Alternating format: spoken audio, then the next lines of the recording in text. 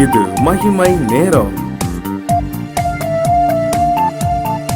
ஆண்டவராகிய இயேசு கிறிஸ்துவின் நாமத்தினாலே மகிமை தொலைக்காட்சி நேயர்களுக்கு என்னுடைய வாழ்த்துதலையும் காலை வணக்கத்தையும் தெரிவித்துக் கொள்கிறேன். இந்த நாளிலும் நாம கிறிஸ்துமஸ் பண்டிகை நாட்களில் இருக்கிறதுனால அந்த கிறிஸ்துமஸ் சம்பந்தப்பட்ட இயேசு கிறிஸ்து பிறப்பு சம்பந்தப்பட்ட அந்த செய்திகளை நாம் ஒவ்வொரு நாளும் தியானித்து வருகிறோம். இந்த நாளிலும் நாம் தியானிக்கும்படியாக தெரிந்து கொண்ட வேத வசனம் லூக்கா 1 அதிகாரம் 13 தூதன் சகரியாவை நோக்கி, சகரியாவே பயப்படாதே, உன் வேண்டுதல் கேட்கப்பட்டது. சகரியாவே பயப்படாதே, உன் வேண்டுதல் கேட்கப்பட்டது. இந்த சகரியாவுடைய வாழ்க்கை, எலிசபெத் இவங்களுடைய வாழ்க்கையை பற்றி இந்த லூக்கா 1 அதிகாரத்திலே நம்ம வாசிக்கிறோம். நம்ம நன்கு தெரிந்த சம்பவம் தான், நமக்கு நன்கு அறிந்த வேத பகுதி தான். ஆனாலும் கூட இதிலே நம்ம இந்த வசனத்தை நம்ம தியானிக்கிற பொழுது ஒரு சில நிமிடங்கள் இதை நாம் சிந்திக்கிற பொழுது நிச்சயமாக நமக்கு பிரயோஜனமாக இருக்கும். உன் வேண்டுதல் கேட்கப்பட்டது. நாம் கூட அநேக காரியங்களை குறித்து ஆண்டவரிடத்திலே நம்ம என்ன செய்கிறோம்? வேண்டுதல் செய்கிறோம், ஜெபிக்கிறோம். சில காரியங்கள் என்ன செய்கிறது? உடனே ஆண்டவர் பதில் கொடுக்கிறார். சில காரியங்களுக்கு தாமதமாக பதில் கிடைக்கிறது, நாம் சோர்ந்து போகிறோம். இங்கும் கூட அதே சூழ்நிலை தான், சகரியாவுடைய சூழ்நிலை அதே சூழ்நிலை தான். உன் வேண்டுதல் கேட்கப்பட்டது. அவர்களுடைய பிரச்சனை என்ன, எதற்காக அவர்கள் வேண்டுதல் செய்தார்கள் என்று சொல்லி நாம் அறிந்திருக்கிறோம்.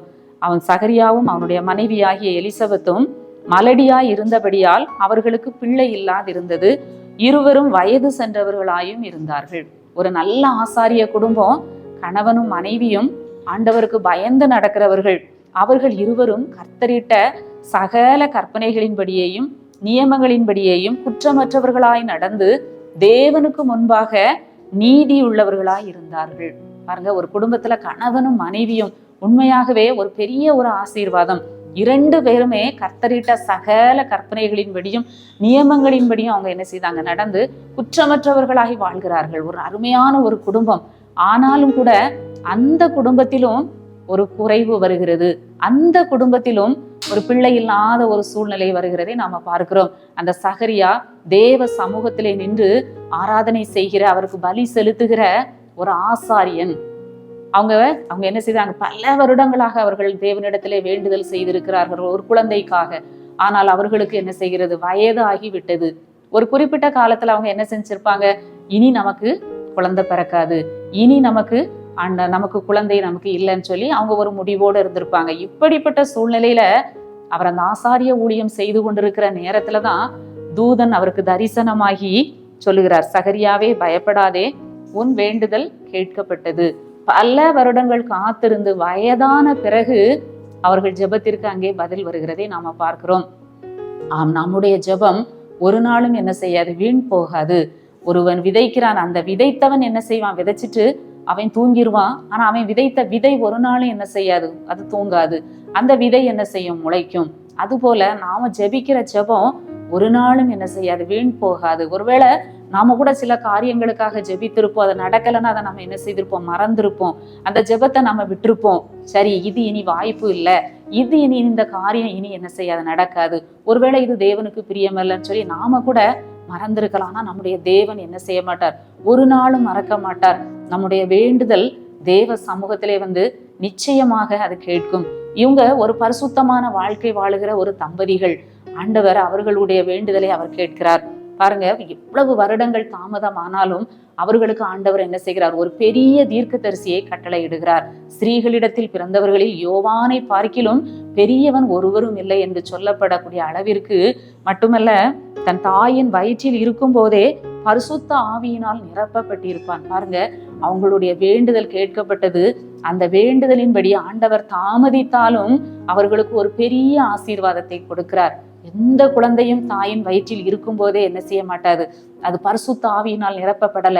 ஆனா இந்த குழந்தைக்கு அவர்கள் காத்திருந்து அவர்கள் ஜெபித்து தேவனிடத்திலிருந்து பெற்றுக்கொண்ட அந்த குழந்தையாகி அந்த யோவான் ஸ்நானகன் அவர் பெரியவராய் இருப்பார்னு சொல்லி அவரை குறித்து நிறைய காரியங்கள் தீர்க்க தரிசனமாய் சொல்லப்பட்டிருக்கிறது. ஆம், நம்முடைய வாழ்க்கையிலும் கூட நாம் ஆண்டவரிடத்திலே ஜெபித்திருக்கொண்டே இருக்கலாம். சில காரியங்கள் தாமதமாகலாம், நாம் சோர்ந்து போயிருக்கலாம். ஆனால் இந்த நாளிலே நாம் மீண்டுமாக நாம் உற்சாகப்படுவோம். உன் வேண்டுதல் கேட்கப்பட்டது. அந்த சகரியா எலிசபெத்தினுடைய வேண்டுதலை கேட்ட ஆண்டவர் நம்முடைய வேண்டுதல்களையும் அவர் கேட்கிறார். நம்முடைய விண்ணப்பங்களையும் அவர் கேட்கிறார். நம்முடைய காத்திருக்குதலை அவர் இனிமையாய் முடிய பண்ணுகிறார். நம் காத்திருக்குதலை ஆண்டவர் இனிமையாய் முடிய பண்ணுகிற தேவனாக இருக்கிறார்.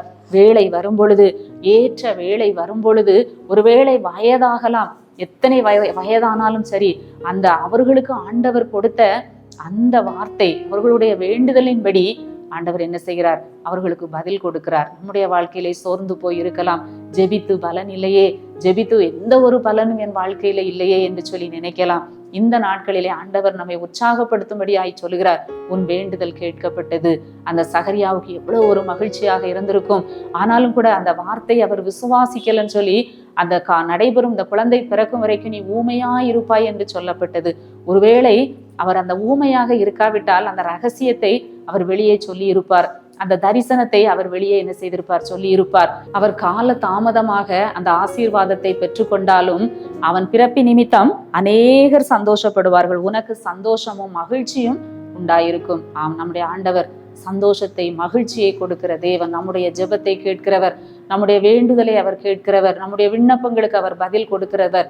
அவர் என்ன செய்வார்? நமக்கு மகிழ்ச்சி, சந்தோஷத்தை கொடுக்கிற தேவன். அந்த யோவானை குறித்து நாம பார்க்கிறோம்.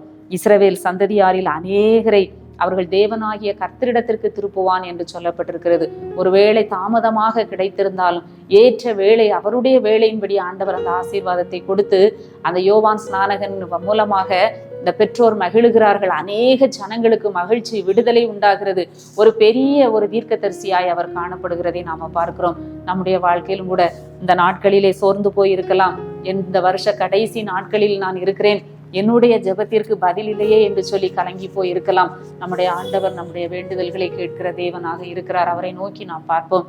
எங்களை நேசிக்கிற நல்ல ஆண்டவரே, இந்த காலை வேளைக்காக உம்மை துதிக்கிறோம், ஸ்தோத்தரிக்கிறோம். ஆண்டவரே, அந்த சகரியா, எலிசபெத்து அவர்களுடைய வேண்டுதலை நீர் கேட்டு ஏற்ற வேளையிலே சுவாமி அவர்களுக்கு நீர் பதில் கொடுத்தது போல் ஆண்டவரே, சோர்ந்து போயிருக்கிற ஒவ்வொரு மக்களுடைய உள்ளங்களிலும் நீர் நம்பிக்கையை கொடுத்து அவர்களை உற்சாகப்படுத்தும்படியாய் ஜெபிக்கிறோம். ஆண்டவரே, எங்கள் வேண்டுதல்களை நீர் கேட்கிற தேவன், எங்கள் விண்ணப்பங்களை நீர் கேட்டு பதில் கொடுக்கிற தேவனாக இருக்கிறபடியால் உம்மை துதிக்கிறோம், ஸ்தோத்தரிக்கிறோம். மீட்பர் இயேசு கிறிஸ்துவின் மூலம் ஜெபிக்கிறோம் நல்ல பிதாவே, ஆமென்.